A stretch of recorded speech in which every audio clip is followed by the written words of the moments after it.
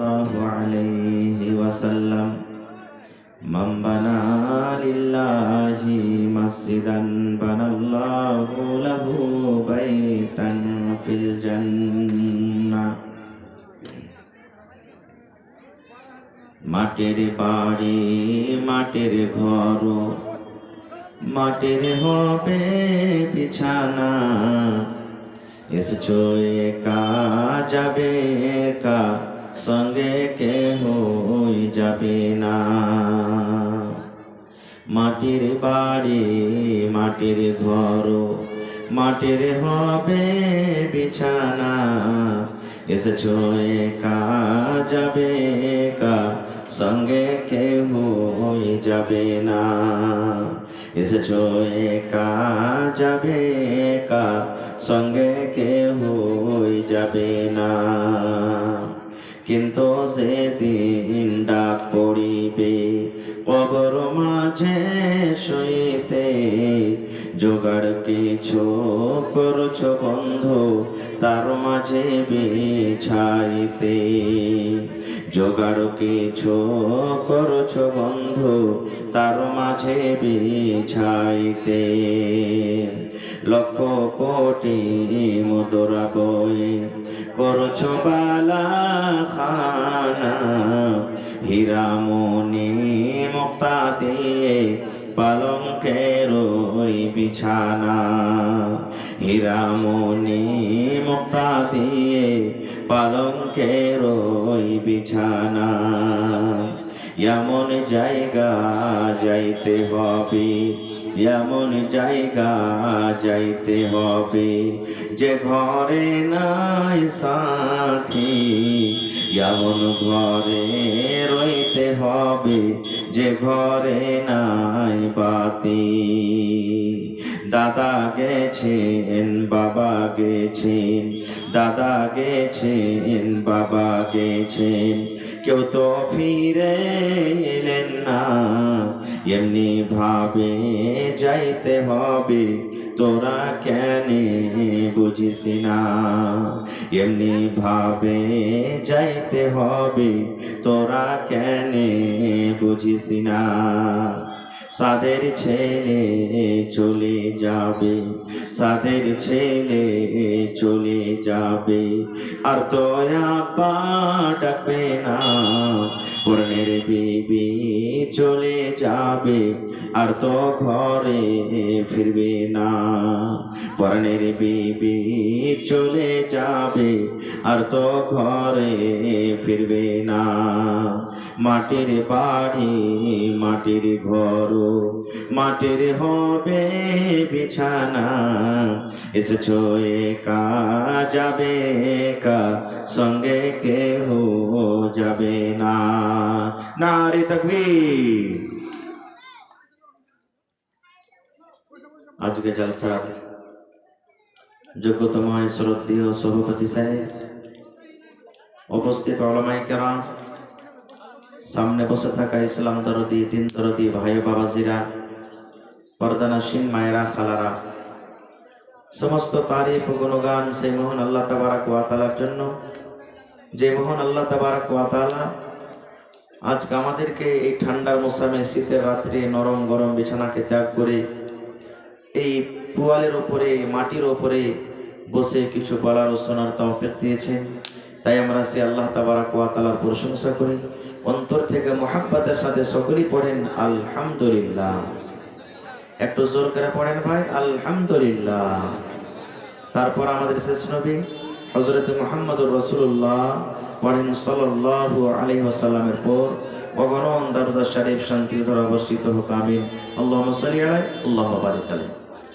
ভাই মুসলমান এলাকার মানুষ ওয়াজ শুনতো ভালো দান করতো ভালো আলহামদুলিল্লাহ কয়েক বছর থেকে আমি আসছি आप लोग जो रास्ते में खड़े हैं उधर से औरतें आ रही हैं जा रही हैं उन लोगों को दिक्कत हो रहा है आप लोग अंदर आके बैठने का कोशिश करें बैठ के जलसा सुनिए खड़ा होकर नहीं सुनिए और रास्ता को क्लियर रखें औरतों के आने जाने के लिए किसी को परेशानी ना हो आप लोग आ जाइए भाई আমার মানুষেরা ওয়াজ শুনতো ভালো দান করতো ভালো আলহামদুলিল্লাহ আল্লাহ তাবারাক ওয়া তাআলার কাছে দোয়া করি, হে রব্বুল আলামিন, আমি যা কিছু বলবো যেন সহিহ হাদিস এবং কোরআন থেকে বলতে পারি, এবং আমরা বলা শোনার পর যেন তার প্রতি আমল করতে পারি, তার জন্য আল্লাহ আমাদেরকে তৌফিক দেন। পড়ুন আল্লাহুম্মা আমিন। বক্তব্য রাখার আগে একটা কথা বলবো। আল্লাহ তাবারাক ওয়া তাআলা চোখ কেন দিয়েছেন ভাই বলেন তো, একটু জোরে বলেন। দেখার জন্য। আল্লাহ তাআলা হাত কেন দিয়েছেন? কাজ কাম দুনিয়াদারি করার জন্য নাকি? আল্লাহ তাআলা পা কেন দিয়েছেন বলেন, একটু কথা বলেন। বসার জন্য আল্লাহকে কিছু দেয়নি? দিয়েছে না দেয়নি ভাই? বসার জন্য আল্লাহ দিয়েছেন না দেননি? তো একটু দুঃখ মনে করবেন না, আর ভাইয়েরা যে সব দাঁড় হয়ে আছে। হ্যাঁ হ্যাঁ আল্লাহ ভাই, মাঝে মাঝে জাগার তো একটু ছোট পড়েছে দেখতে পাচ্ছি। পিছনে কিছু লোক আসবে, কিছু দেশ ফাঁকে ফাঁকে গেলে আপনারা ভর্তি হয়ে যান, কিছু এই সাইডে আছে, একটু আল্লাহর রাস্তে ভাই চলে এসে। ভাই মুসলমান, খারজা হোক, আমি এদিকে ওদিকে না বলে নিয়ামত সম্পর্কে আমি আপনাদের সামনে কোরআন মাজিদের দুই জায়গা থেকে দুখানা আয়াত তেলাওয়াত করেছি। ভাই আমার, আজকে আমি খুতবার পর আপনাদের সামনে সর্বপ্রথম একটা আয়াত তেলাওয়াত করেছি কোরআন মাজিদ থেকে। আয়াতটা আপনাদের মুখস্থ আছে কি? সুম্মা লাতুসআলুন্না ইয়াউমাইযিন আনিন নাঈম। আছে না নেই? জোরে বলেন, আছে না নেই? আছে, মাশাআল্লাহ। হয়তো তার তারজমা বুঝি না, যারা পড়ালেখা মানুষ তারা তো জানছেন তার মানা, তার তারজমা, তার মতলব কি। কিন্তু যারা হয়তো পড়ালেখা করেননি, মুখস্থ করেছে সূরাটা, আরবি জানে না, বুঝে না, তো ওরা বুঝতে পারে না যে আয়াতটার অর্থ মতলব কি। এবার আর একটু কথা বলি, এই আয়াতটা যে এক্ষুনি আপনাদের সামনে পড়লাম, এটা কোন সূরার আয়াত বলতে পারবেন? জি, আর বলেন। হাজি ভাই, এখানে যদি বলি যে আচ্ছা ভাই, সালমান খান যে একটা ফিল্ম বানালছে রে ভাই, কয়টা গান আছে বলতো, পট করে বলে দিবে। হ্যাঁ, ওই ভোজপুরি ফিল্মটাতে কতটি গান আছে পট করে বলে দিবে। হায় আফসোসের কথা। হ্যাঁ,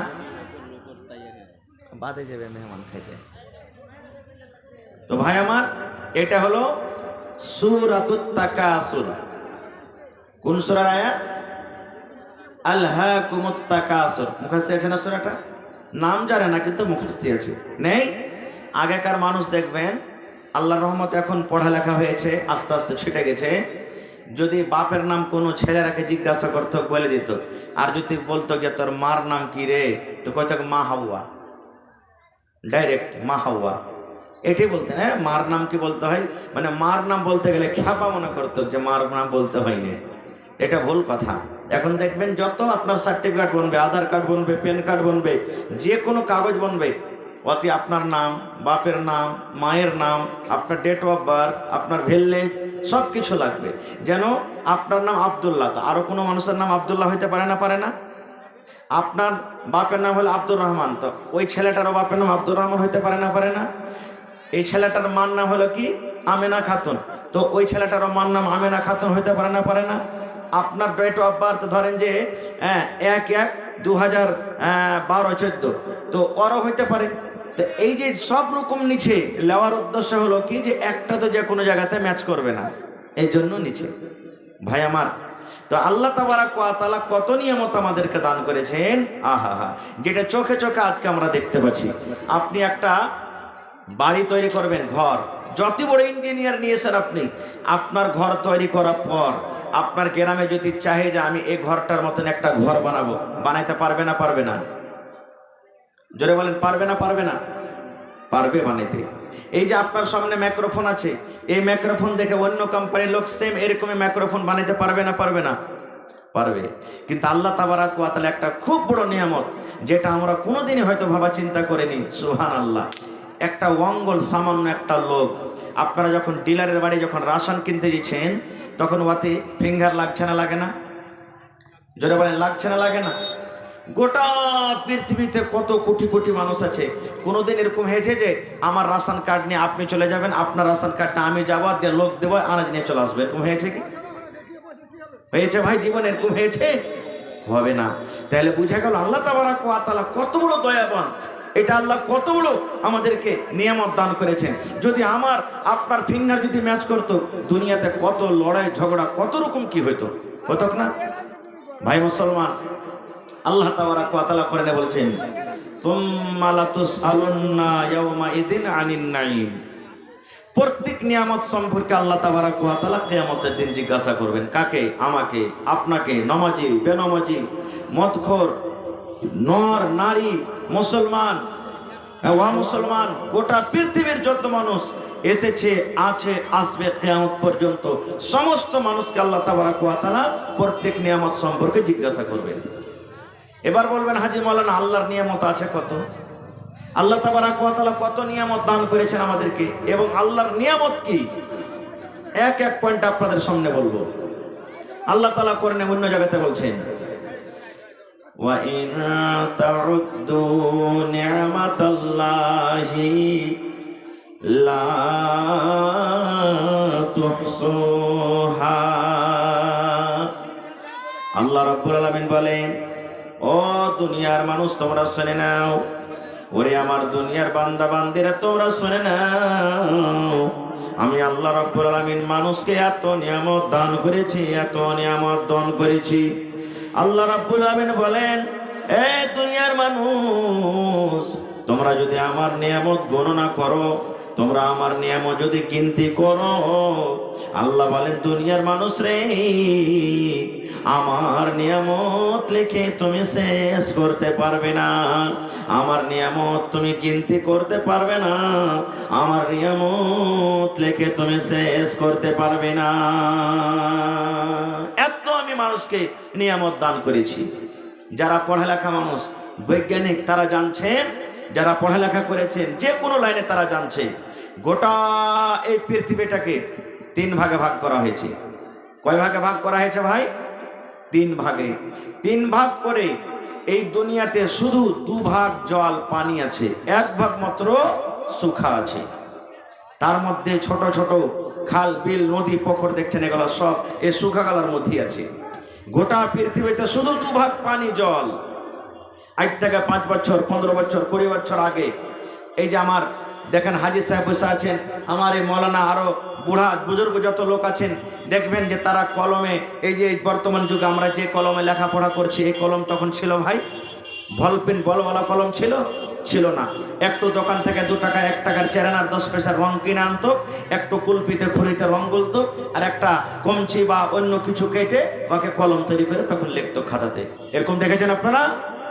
আল্লাহ রাব্বুল আলামিন বলেন, ও দুনিয়ার মানুষ তোমরা শুনে নাও, আমি আল্লাহ রাব্বুল আলামিন গোটা পৃথিবীতে যত পানি দিয়েছি, সমস্ত পানিকে যদি তুমি রং করো রে বান্দা, তুমি যদি রং করো, যদি তুমি কালিগুলো রং করে নাও, আর দুনিয়াতে যত রকম গাছ আছে রে বান্দা, যে কোনো গাছ হোক, সমস্ত গাছকে কেটে কেটে কেটে কেটে ছোট্ট ছোট্ট করে যদি তুমি কলম তৈরি করো রে বান্দা, আল্লাহ রাব্বুল আলামিন বলেন, এই দুনিয়ার মানুষ, দুনিয়ার সমস্ত পানিকে যদি তুমি কলম করে নাও রে বান্দা, দুনিয়ার সমস্ত পানিকে যদি রং করো, আর দুনিয়ার সমস্ত গাছকে কেটে কেটে কেটে যদি তুমি কলম করে রে বান্দা, আর তারপর যদি আমার নিয়ামত লিখতে শেষ করো, লিখতে শেষ করো, আল্লাহ বলেন বান্দা রে, লিখতে লিখতে লিখতে লিখতে দুনিয়ার সমস্ত রং শেষ হয়ে যাবে, দুনিয়ার সমস্ত পানি শেষ হয়ে যাবে,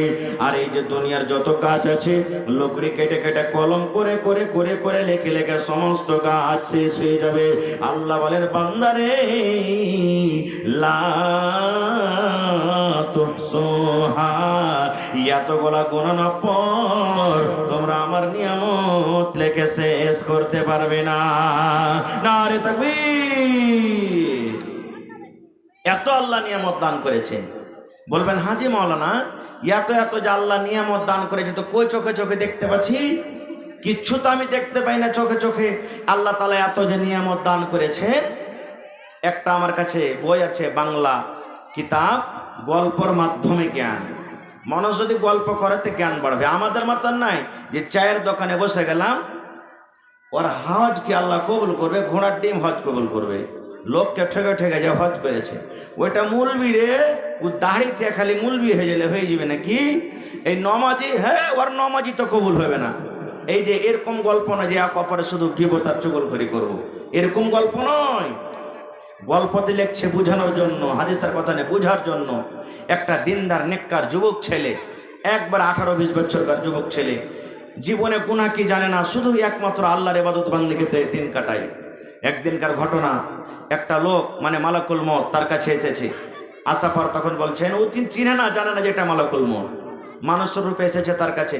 আসার পরে বলছে, এরে যুবক, তুমি আল্লাহর ইবাদত বান্দেগি করছো, একটা তোমাকে খুশখবরি দিয়ে যায়। বলছে কি? বলছে যখন তুমি মরবে, মরার কিছুদিন আগে তোমার কাছে একটা চিঠি আসবে। ওই চিঠিটা যখন তুমি পেয়ে যাবে, তখন মনে করিও আর বেশি দিন আমি দুনিয়াতে বাঁচবো না, মরে যাব। ছেলেটার মনে মনে কি হলো, যাহারে এখন তো আমি জুয়ান হয়ে আছি, মরার আগে যখন চিঠি আসবি করবে, তো এখন এত ইবাদত বান্দেগি করার দরকারটা কি? দুনিয়ার আইসমজ নিয়ে নিয়ে একটু মজাটা লুটেলি, মরার আগে চিঠি আসবে, তখন তোবা ইস্তেগফার আল্লাহ বিল্লাহ করে আল্লাহর কাছে গুনাহ কান্না কাটা করে মাফ করে নেব। দুনিয়ার যত গুনাহ সব করতে লাগলো, মদ পান করতে লাগলো, বিড়ি সিগারেট তাম্বাকু বেনামাজি জেনা ব্যভিচার, দুনিয়ার যত পাপ সব করতে লাগলো। এই করে করে বন্ধুরে 20 বছর থেকে 25 বছর হয়ে গেল, 30 বছর হয়ে গেল, 40 বছর হয়ে গেল, 50 বছর হয়ে গেল, 60 বছর হয়ে গেল, বয়স কাটতে যায় কাটতে যায়। এমন টাইমে এমন সময়তে পৌঁছিল, ওরে সুবহানাল্লাহ, রাস্তাতে চলার মতন কিন্তু আর ক্ষমতা রাখে না, এমন বয়স দুর্বল কমজোর হয়ে গেল, 80-90 বছর হয়ে গেল। আর দুনিয়ার মজা নিতে ভালো লাগে না, দুনিয়ার স্বাদ নিতে ভালো লাগে না।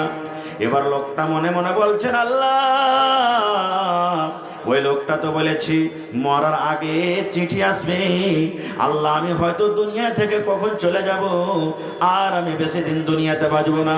কখন লোকটা আমার কাছে চিঠি নিয়ে আসবে, কখন আমার কাছে চিঠি আসবে। আর দুনিয়ার রং তামাশা আমাকে ভালো লাগে না, দুনিয়ার মায়া মোহাব্বত ভালো লাগে না।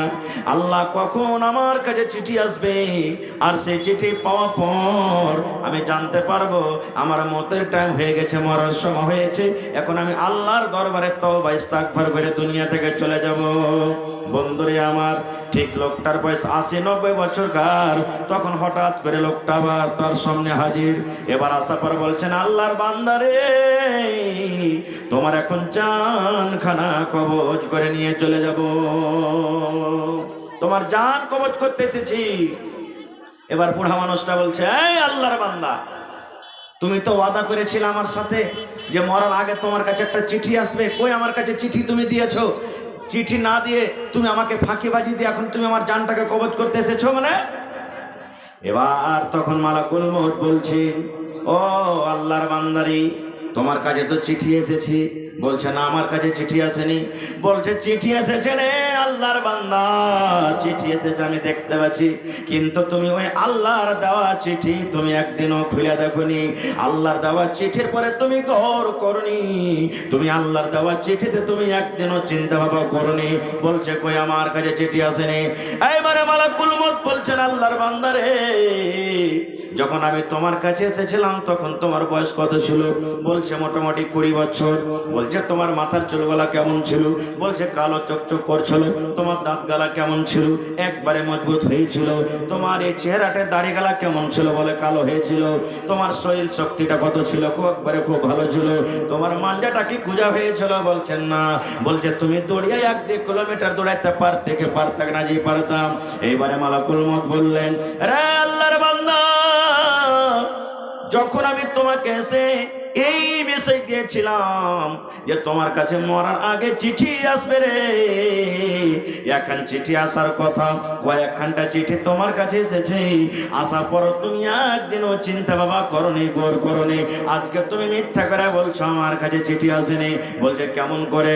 বলছে আল্লাহর বান্দা রে, আমি যখন তোমাকে এসে খবরটা দিই তখন তোমার মাথার চুল ছিল কালো, এখন দেখো একবারে ফর্সা সাদা হয়ে গেছে। হয়েছে, একটা চুল আর তোমার কালো হয়ে নাই। ইয়ার মানে বোঝা গেল আল্লাহ রাব্বুল আমিন তোমাকে যে নিয়ামত দান করেছিলেন কালো, এটাকে এখন পাল্টে আল্লাহ সাদা করে দিয়েছেন।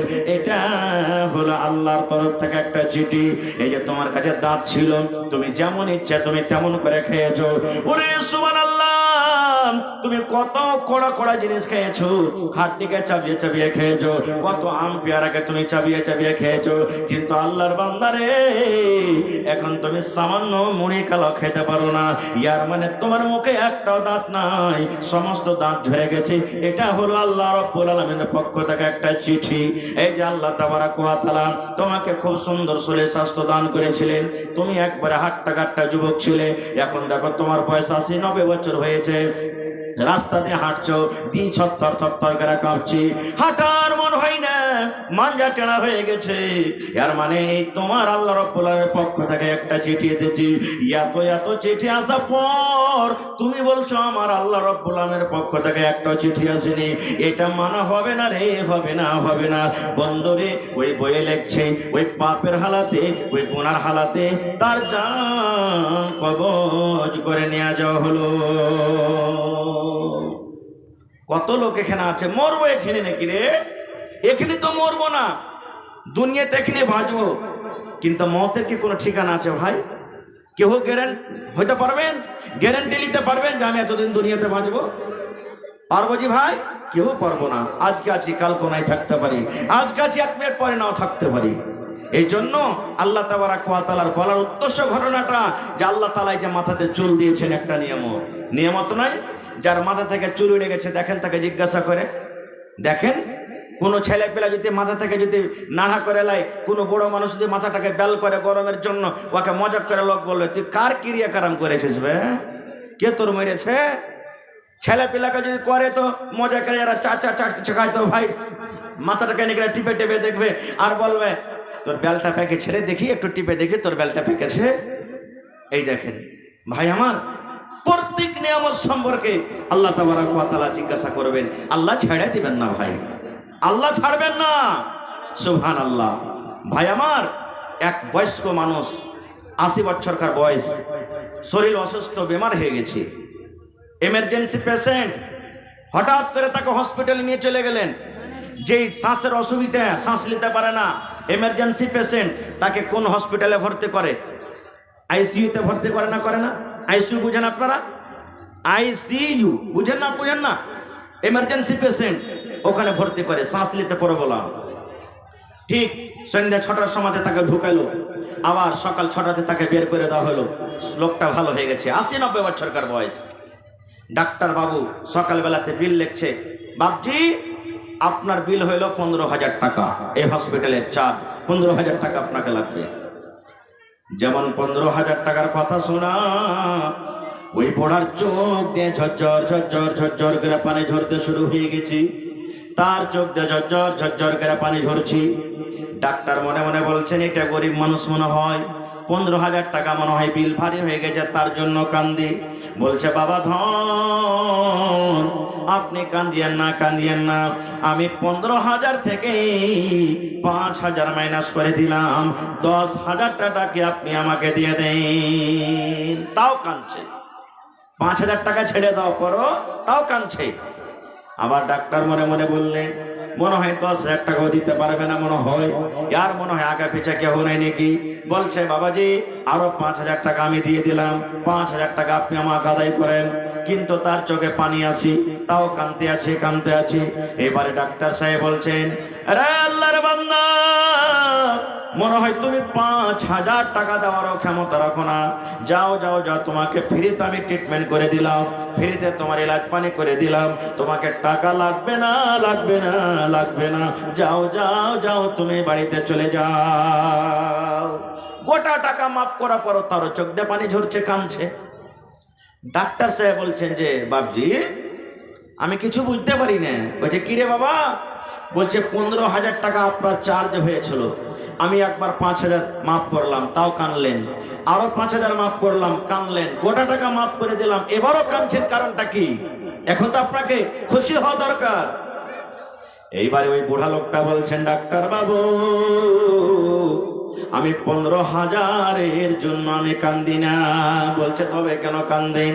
বলছে ডাক্তার বাবু, আল্লাহ রাব্বুল আলামিন আমাকে বাড়ি দিয়েছেন, গাড়ি দিয়েছেন, জমি জায়গা টাকা পয়সা সব দিয়েছি, আল্লাহ আমাকে কোনো জিনিস থেকে আল্লাহ মাহরুম করেনি। ডাক্তার বাবু, আমি 15,000 টাকা আপনাকে দিতে পারবো, আজকে 15,000 কেন লাখ টাকা হতে গেল আমি আপনাকে দিতে পারবো, আল্লাহ আমাকে ক্ষমতা দিয়েছেন। কিন্তু ডাক্তার বাবু, এই জন্য আমি কান্দি, আল্লাহ রাব্বুল আলামিন যদি আমাকে কিয়ামতের দিন জিজ্ঞাসা করেন, আরে আল্লাহ, আমার বান্দা তোমার নামাজের হিসাবটা রেখে দাও, তুমি নামাজ পড়েছো কেন আমি আল্লাহ এটা দেখতে যাব না।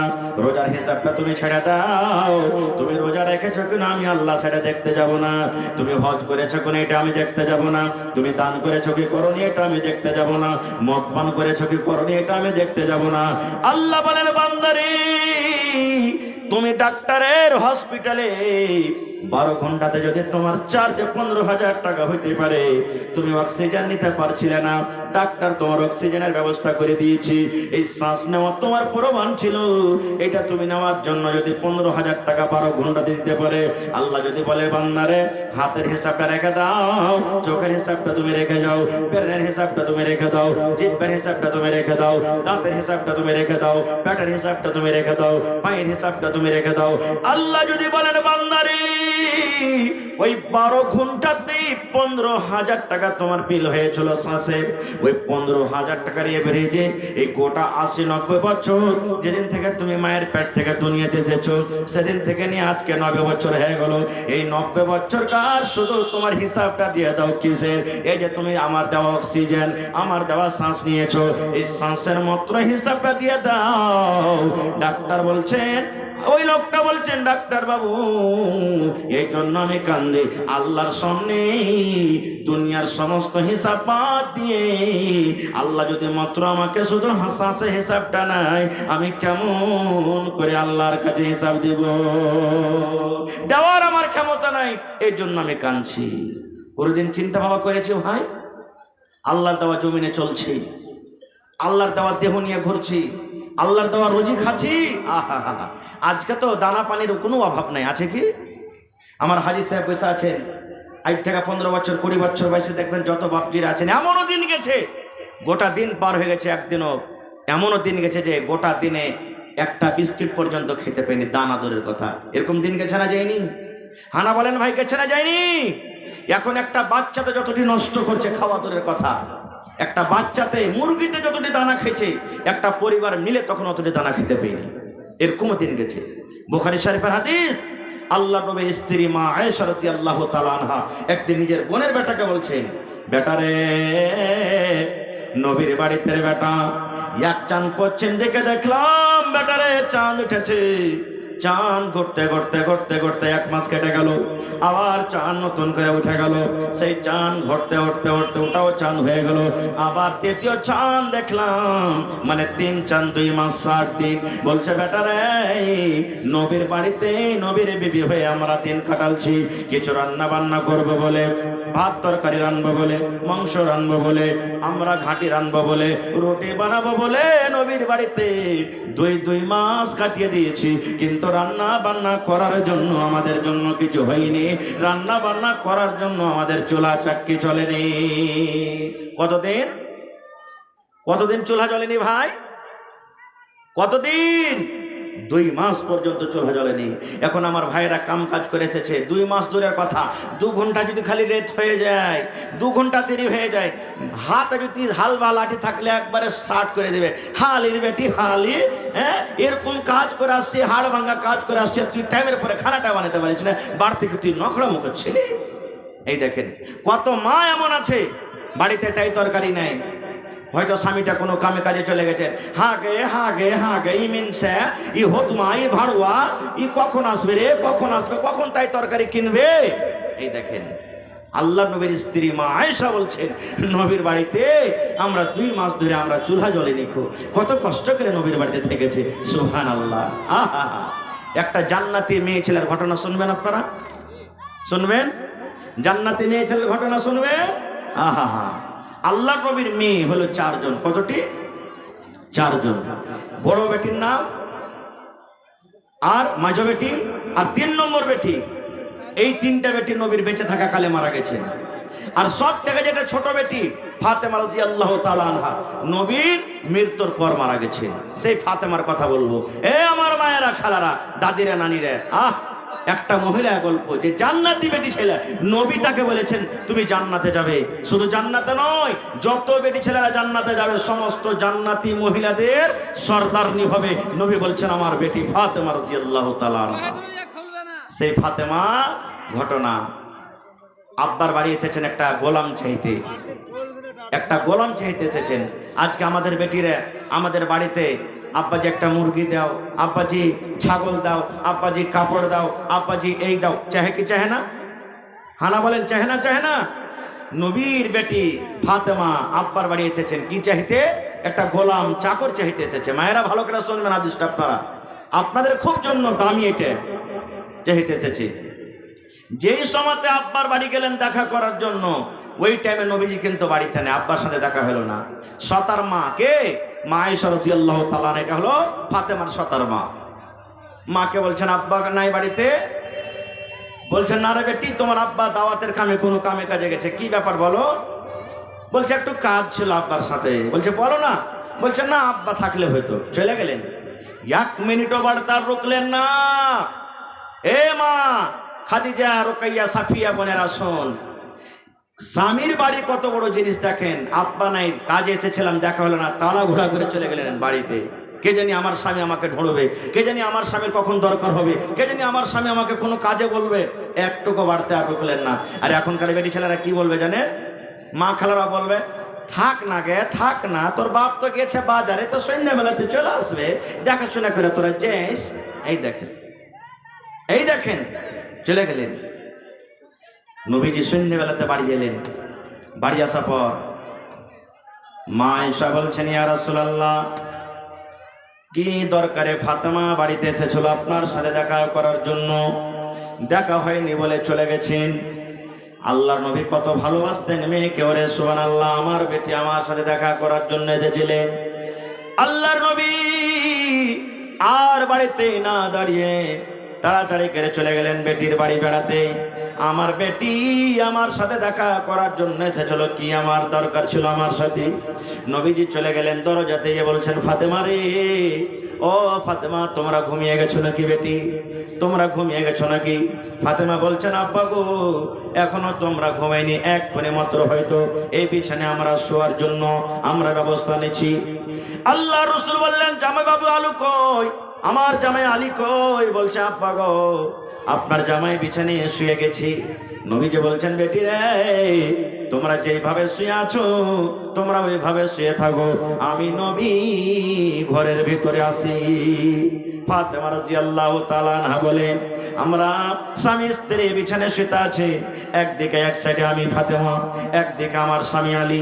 আমার আব্বা জান দয়ার নবী আমাদের দুইজনের মধ্যখানে গিয়ে বসে গেলেন।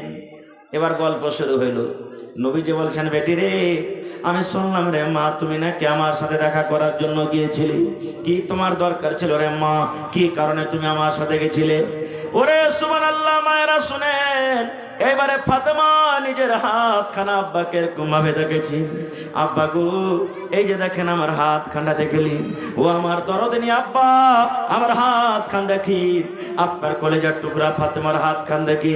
দয়ার নবী হাতের দিকে দেখছেন, ফাতেমার হাতে ছোট ছোট ছোট ছোট ফোঁচা পড়ে আছি, ফাতেমার হাতে ফোঁচা পড়ে আছি, ফাতেমার হাত খান্ডা লহুলহান হয়ে আছে।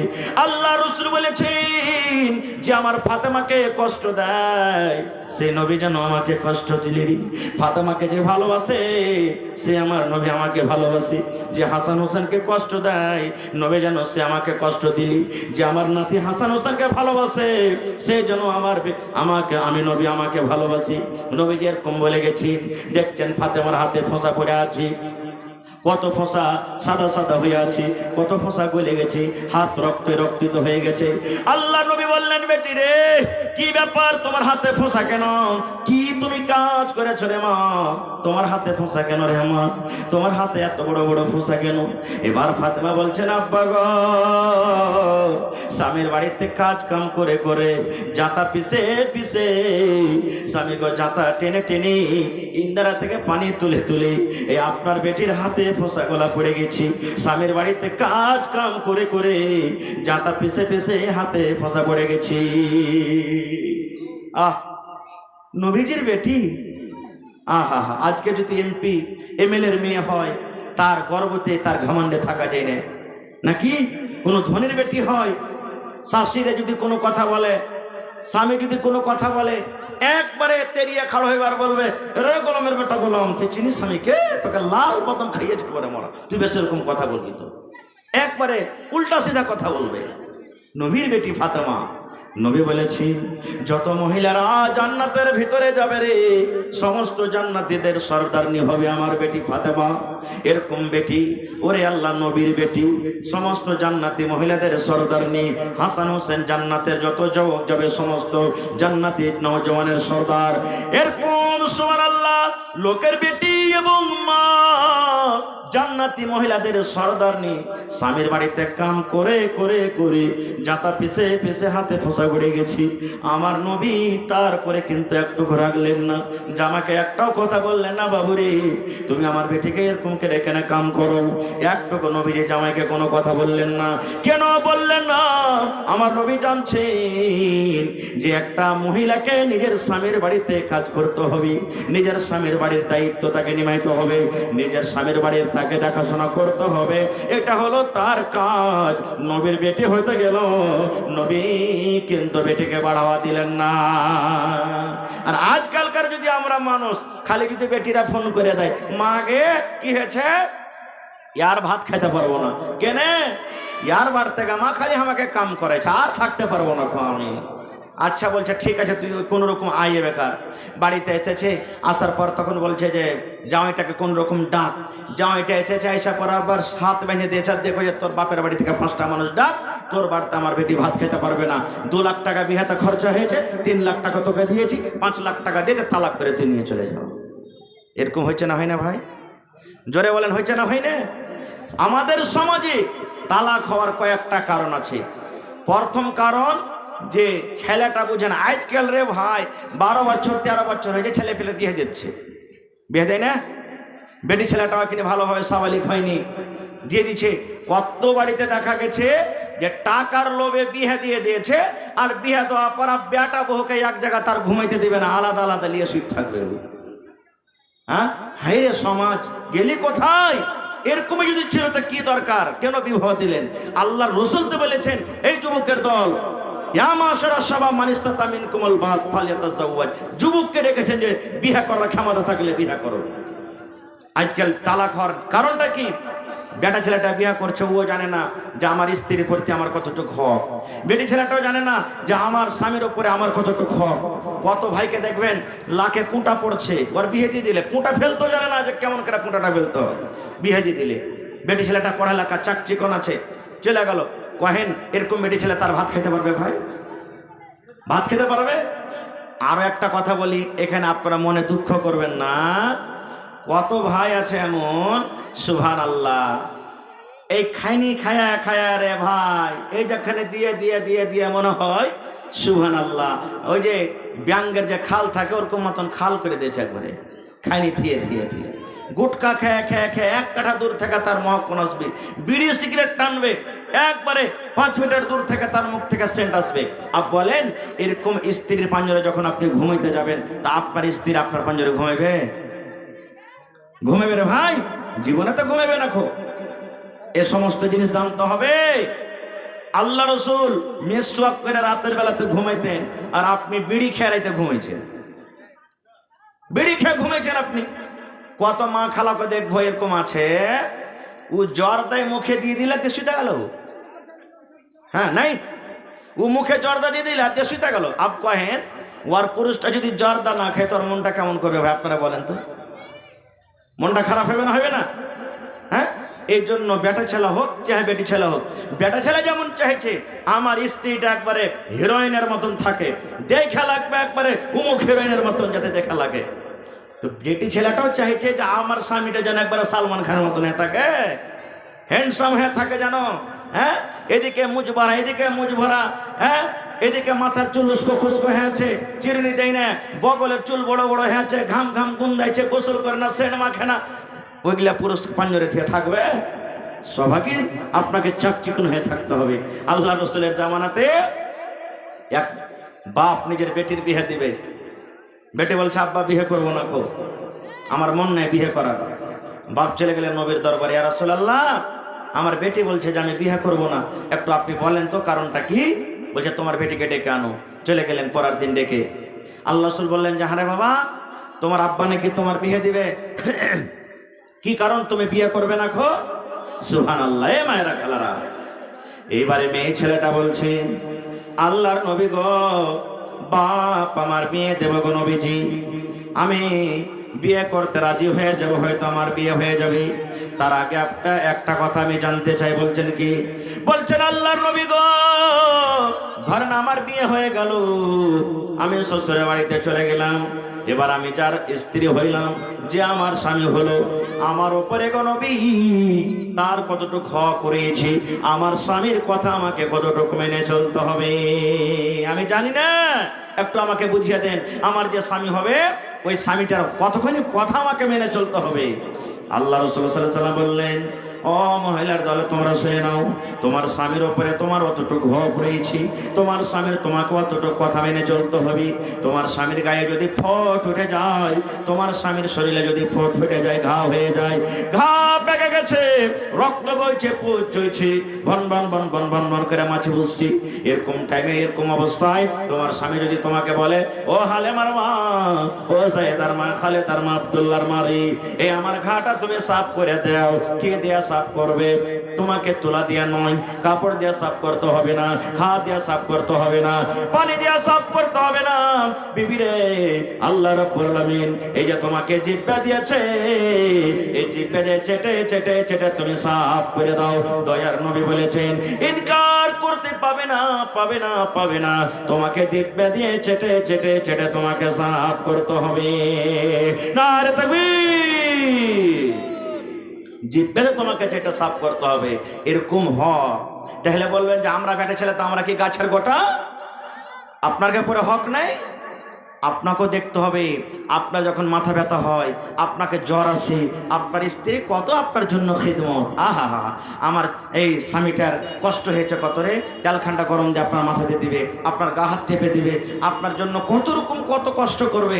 আপনারও স্ত্রী যখন পারা না পারা হবে, ও তো মানুষ, আপনাকে তার মাথাতে তেল করে দিতে হবে, চিরুনি করে দিতে হবে, গা হাতে তেল মাখিয়ে দিতে হবে, দরকার হইতে গেলে কাপড় সাফ করতে হবে, আর দরকার হইতে গেলে ভাত রান্নাও খেতে হবে। কইবেন মৌলভী সাহেব যা বলেছো বলেছো, আর বলিও না, না তো সকালবেলা থেকে এরা নাই বাহানাতে ভাত রান্না করিয়ে নেবে। মেয়ে লোক কত বড় ছোট জিয়ার মানুষ নয় যে ভালো থাকতে স্বামীকে কাজ করিয়ে নেবে। বন্ধুরে, আপনার উপরে যতখানি হক আছে আর ওর ওপর আপনার ততখানি হক আছে। এই জন্য এটা বড় করিয়েন না যে আমি একটা বেটে ছেলে আমার বেশি হক, ও বেটে ছেলে তার কোনো হক নেই। এই জন্য স্ত্রী হলে একটা নিয়ামত, বেটি হলে একটা নিয়ামত, মা হলে একটা নিয়ামত, হাত হলে একটা নিয়ামত, পা হলে একটা নিয়ামত, চোখ হলে একটা নিয়ামত, চুল হলে একটা নিয়ামত। আল্লাহ তাবারক ওয়া তাআলা প্রত্যেক নিয়ামত সম্পর্কে কিয়ামতের দিন জিজ্ঞাসা করবেন, আল্লাহ ছেড়ে দিবেন না। একটা বুখারী সাহেবের হাদিস আপনাদের সামনে বলছি, তারপর আমি লাইনটাকে ইনশাআল্লাহ কেটে দেব। আল্লাহর নবীর জামানাতে লাইলাও আনহার হাদিস এসেছে, দিনের বেলা কিংবা রাতের বেলা নবীজি বাড়ি থেকে বের হয়েছেন, দুপুরের টাইমে মোটামুটি ধরে রোদ পড়ছে, আরবের জমিন। আমার হাজি সাহেব দেখে এসেছেন যে আরবের মাঠ, মদিনার মাঠ কত রোদের, হাঁটতে মনে হবে না, পা পুড়ে যাবে মনে হয়, এরকম মাটি। বাড়িতে কিছু নেই খেতে, আজ থেকে 20 বছর আগে খেতে পাচ্ছিলাম না, 14 বছর আগের ঘটনা বলেন, মানুষের কত কষ্ট হইতে পারে। নবীজি বাড়ি থেকে বের হয়ে গেলেন। কেন বের হলেন? যে আমি নবী, আমার মুখ চেহারা দেখে হয়তো কোনো লোক খেতে রাখবে, যে নবীর মুখ চোখ শুকিয়ে আছে, চলো একটু নবীকে খাবার দিয়ে দিই, এই নিয়ে বাড়ি থেকে বের হয়ে গেলেন। রাস্তাতে হাজরাত ওমর রাদিয়াল্লাহু তাআলা আনহু, হাজরাত আবু বকর রাদিয়াল্লাহু তাআলা আনহু দেখা হয়ে গেল। তারাও এই নিয়ে এতে বাড়ালছে যে তাদেরও বাড়িতে কিছু খাবার নাই, যে আমরাও যাবো রাস্তাতে, আমাকে দেখে হয়তো কেউ নিয়ে যাবে। আহা হা, দেখেন কেমন সাহাবী, তার আমল কি। নবীর সাথে দেখা হয়ে গেল। নবীজি তারা দুজনকে জিজ্ঞাসা করছেন, আবু বকর উমর, এত রোদের বেলাতে কি কারণে তোমরা বাড়ি থেকে বের হয়েছো? বাবারি, কি কারণে তোমরা বাড়ি থেকে বের হয়েছো? এবার দুজন সাহাবী বলছেন, আল্লাহর নবী গো, আমাদের বাড়িতে কিছু খাবার নাই গো নবীজি, পেটে জ্বালা লেগেছে, পেটে ক্ষুধা লেগেছে, এই জন্য আমরা বাড়ি থেকে বের হয়েছি, যে আমাদেরকে দেখে হয়তো কোনো সাহাবী আমাদেরকে বাড়িতে নিয়ে যাবে, কোনো বন্ধুরা ডেকে নিয়ে যাবে, দুটো পেটে খাবার দিবে, এই জন্য বাড়ি থেকে আমরা বের হয়েছি। এইবারে তারা দুইজন নবীকে বলছেন, ইয়া রাসূলুল্লাহ, আপনি কেন বাড়ি থেকে বের হয়েছেন? এত দুপুরের টাইমে টহ টহ করে রোদ পড়েছে, আপনি কেন বের হয়েছে? আল্লাহ রাসূল বলেন, আবু বকর উমর রে, যে কারণে তোমরা দুজন বাড়ি থেকে বের হয়েছো রে বাবা, আমি দয়ার নবী ওই কারণে আমি বাড়ি থেকে বের হয়েছি, মানে আমারও বাড়িতে কোনো খাবার নাই। বলছে চলো তাহলে একই, আমরা তিনজন হয়ে গেলাম, দেখি কোনো কহরে বাড়িতে গিয়ে হাঁটতে হাঁটতে একটা আনসারী সাহাবীর বাড়ি চলে গেলেন। বাড়িতে যাওয়ার পর দেখছে তো আর স্ত্রী বাড়িতে আছেন, ওর স্বামীটা বাড়িতে নেই। নবীজি ডাক দিলেন, বাড়িতে আছো? তার স্ত্রী বলছেন, না, আমার স্বামী বাড়িতে নেই, এই এক্ষুনি আসবাসবো হয়েছে, আপনারা ভিতরে চলে আসেন, বসেন। তিনজন, সব থেকে দুনিয়ার মধ্যে জমিনের উপরে আল্লাহ রাসূলের উম্মতের মধ্যে সব থেকে তিনজন পিয়ারা, আল্লাহর পিয়ারা হলেন নবী মুহাম্মদ সাল্লাল্লাহু আলাইহি সাল্লাম। সুবহানাল্লাহ। হযরত আবু বকর রাদিয়াল্লাহু তাআলা আনহু, হযরত উমর রাদিয়াল্লাহু তাআলা আনহু, তিনও মেহমান এক বাড়িতে। তার মনটা বড় হবে না? হবে না? কত বড় মন হতে পারে তা বুঝতে দিলেন। ইতিমধ্যে ওর স্বামী মানে ওই আনসারী সাহাবী বাড়িতে চলে এসেছেন। তিনজন মেহমানকে দেখে এত খুশি হয়েছে, এত খুশি হয়েছে, এত খুশি হয়েছে যে কি যে মুখটা বাহির করবে তো কিছু পাই না। এই জন্য তো আমার মাওলানা আশরাফুল হক রহমানী, হাফেজাহুল্লাহ, দুনিয়া থেকে চলে গেছেন, আল্লাহ যেন তার মাগফিরাত করেন, পড়ে আল্লাহুম্মা আমিন।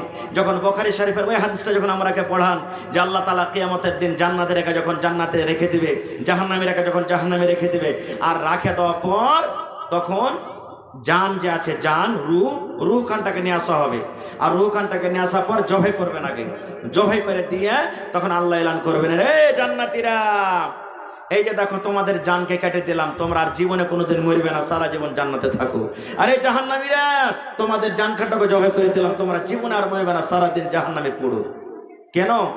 তখন একটা উদাহরণ দিয়েছিলেন, যে একটা ঘরামো বোঝেন তো? ঘরামো কাজ করছে, চালে কাজ করছে, ওর বেটায় 1 লাখ টাকার লটারি ফেঁসে গেছে। ওই যুগেতে 1 লাখ টাকা লটারি কম ছিল না। ছেলেটা দৌড়াইতে দৌড়াইতে যাওয়ার বাপ বান্ধন দিছে চালের উপরে, যে কইছে, আব্বাজি, আব্বা কাজ হয়ে গেছে। বলছে, কি রে বেটা? বলছে, 1 লাখ টাকার চেক পেয়েছি যে আব্বা, 1 লাখ টাকার লটারি ফেঁসে গেছে। ও খুশিতে ভাই বান্ধন ছেড়ে দিয়ে চালের পর থেকে পড়ে ধরপড়ে পড়ে আলো খুশিতে। তো বলছেন আল্লাহ তাআলা প্রথমে জানকে কাটবেন, তারপর এলান করবেন যে তোমরা সারা জীবন মরবে না, তোমরা মরবে না। কারণ আগে যদি এলান করে তারপরে কাটে তো লোক বেহুশ হয়ে যাবে। এই জন্য ভাই আমার, সেই সাহাবী এত খুশি হয়েছেন তারা তিনজনকে দেখে, কি বলবেন, সুবহানাল্লাহ।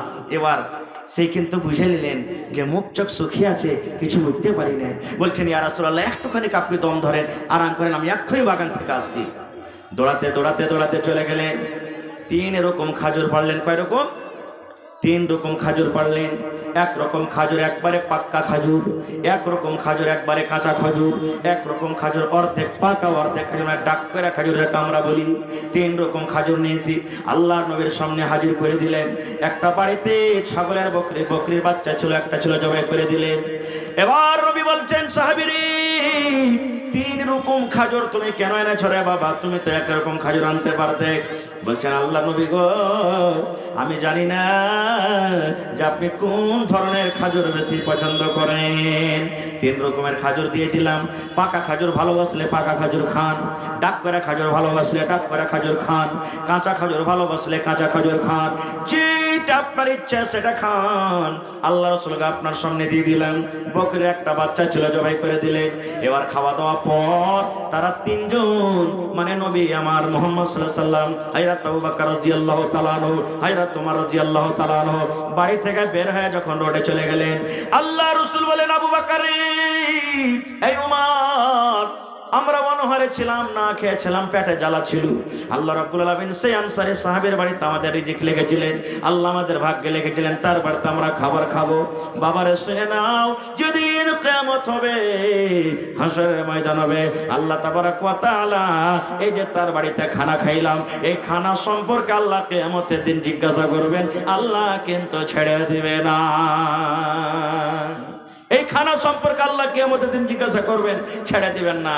এবার আপনাকে বলি, আমার বেটার বিহে, আপনার বেটির বিহে, বেটার বিহে, বিহে লেগেছে, দেখবেন এক পা যদি গোশ দিয়েছে থালতে, 2 পিস খেয়েছে, 10 পিসই থালতে ছেড়ে দিয়েছে। এরকম হয় কি হয় না? দেখবেন 1 কুইন্টাল বাড়িতে মাংস জবাই হয়েছে, গোশ হয়েছে, 1 মণ খাইবে, বাকিটা গোশ বেরবাদ হয়ে যায়। এই খানাটারও হিসাব লাগবে, আল্লাহ ছেড়ে দিবে না। ভাই আমার, এই যে আল্লাহ আপনাকে মাল দিয়েছে, টাকা দিয়েছে, বাড়ি দিয়েছে, জমি দিয়েছে, জায়গা দিয়েছে, এগুলা হলো আল্লাহর একটা নিয়ামত। এই নিয়ামত সম্পর্কে আল্লাহ জিজ্ঞাসা করবেন। ভাই বলার কথা মেলায় আছে, ডেলিকার জালসা। ভাইরে আমার হাতে মাত্র আর এই দেখেন 10টা মিনিট সময় বেঁচেছে। ভাই দেখি আজকে কোন আল্লাহর বান্দা এমন আছেন, এটা আল্লাহর ঘরের জন্য জালসা, মসজিদের জালসা না? বলেন মসজিদের জালসা না? জালসা না এটা? দেখেন কত সুন্দর চকচকে মসজিদ আপনারা করে দিয়েছেন। এই মতো আরো একটা নতুন মসজিদ হবে, ওয়াক্তিয়া মসজিদ। আল্লাহুস সামাদ, নবী বলেছেন, মান বানা লিল্লাহি মসজিদান বানাল্লাহু লাহু বাইতান ফিল জান্নাহ। আল্লাহ তাবারক ওয়া তাআলার ইবাদতের জন্য যে এখন ঘর বানাবে, আল্লাহ জান্নাতে এখানটা ঘর বানিয়ে দিবে। এখানে বলা হয়নি যে জুমার মসজিদ বানাও তাহলে বানা হবে, এখানে বলা হয়নি ওয়াক্তিয়া মসজিদ বানাও তাহলে বানা হবে। যে আল্লাহর ঘর বানাবে, মসজিদ বড় হোক কিংবা ছোট হোক, গোটা দুনিয়াতে 3 ঘন্টা মসজিদের সফর করার আল্লাহ রাসূল হুকুম করেছেন। একটা ফিলিস্তিনের মসজিদ, মসজিদ আকসা, 1 ওয়াক্ত নামাজ পড়বেন, এগুলাতে 1000 ওয়াক্ত নামাজ পড়ে নেকি বাড়াবেন। একটা হলো বাইতুল মুকাদ্দাস, একটা হলো এই মক্কা কাবা শরীফ, কাবা শরীফে 1 টাইমের নামাজ পড়েন, আর এগুলাতে 1 লাখ ওয়াক্ত নামাজ পড়েন, নেকি বাড়াবেন। একটা হলো মদিনা মুনাওয়ারাতে মসজিদে নববী, মসজিদে নববীতে 1 টাইমের নামাজ পড়েন, আর এগুলাতে 1000 ওয়াক্ত নামাজ পড়েন, নেকি বাড়াবেন। ভাই দেখি দান তো আলহামদুলিল্লাহ মেলে দিয়েছেন, দিতে আছেন আপনারা, তবে একটা লোক কেউ এমন আছেন 1000 ইট দান করতে পারবেন, বা 1000 ইটের টাকা। কেউ এমন একটা লোক আছেন 1 কুইন্টাল রড দান করতে পারবেন। কেউ এমন একটা লোক আছেন 100 সেফটি গিট্টি কিংবা বালু দিতে পারবেন। কেউ একটা লোক এমন আছেন, মাওলানা